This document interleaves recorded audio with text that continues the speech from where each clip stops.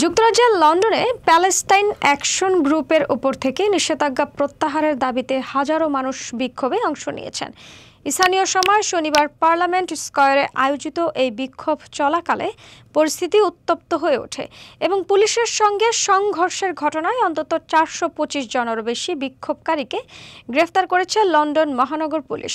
খবর আল জাজিরার।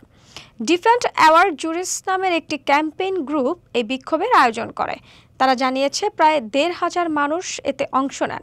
সামাজিক যোগাযোগ মাধ্যম এক্সে একটি ভিডিও পোস্ট করে সংগঠনটি জানিয়েছে, পুলিশ নৃশংসভাবে বিক্ষোভকারীদের উপর হামলা চালায়, মাটিতে ফেলে দেয় এবং আমি গণহত্যার প্রতিবাদ জানাই। আমি প্যালেস্টাইন অ্যাকশনের পক্ষে লেখা প্লেকার্ড ধরার কারণে গণহারে গ্রেফতার করা হয়।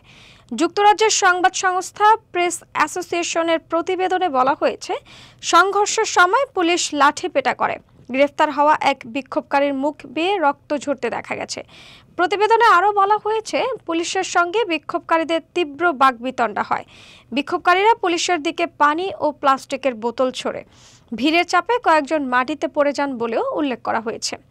লন্ডন মহানগর পুলিশ এক বিবৃতিতে জানিয়েছে, গ্রেফতার হওয়া ব্যক্তিদের বিরুদ্ধে বিভিন্ন অভিযোগ আনা হয়েছে। এর মধ্যে পুলিশের উপর হামলা, নিষিদ্ধ একটি সংগঠনের প্রতি সমর্থন জানানো এবং অন্য অপরাধের অভিযোগ রয়েছে। এক্সে দেওয়া বার্তায় পুলিশ দাবি করেছে, পার্লামেন্ট স্কয়ারে অনুষ্ঠিত ডিফেন্ড আওয়ার জুরিসের বিক্ষোভ নিয়ন্ত্রণের সময় আমাদের কর্মকর্তারা অস্বাভাবিক মাত্রার নির্যাতন শিকার হয়েছেন। ঘুষি, লাথি, থুথু নিক্ষেপ এবং ইট পাটকেল ছোড়ার পাশাপাশি কর্মকর্তাদের গালিগালাজও করা হয়েছে।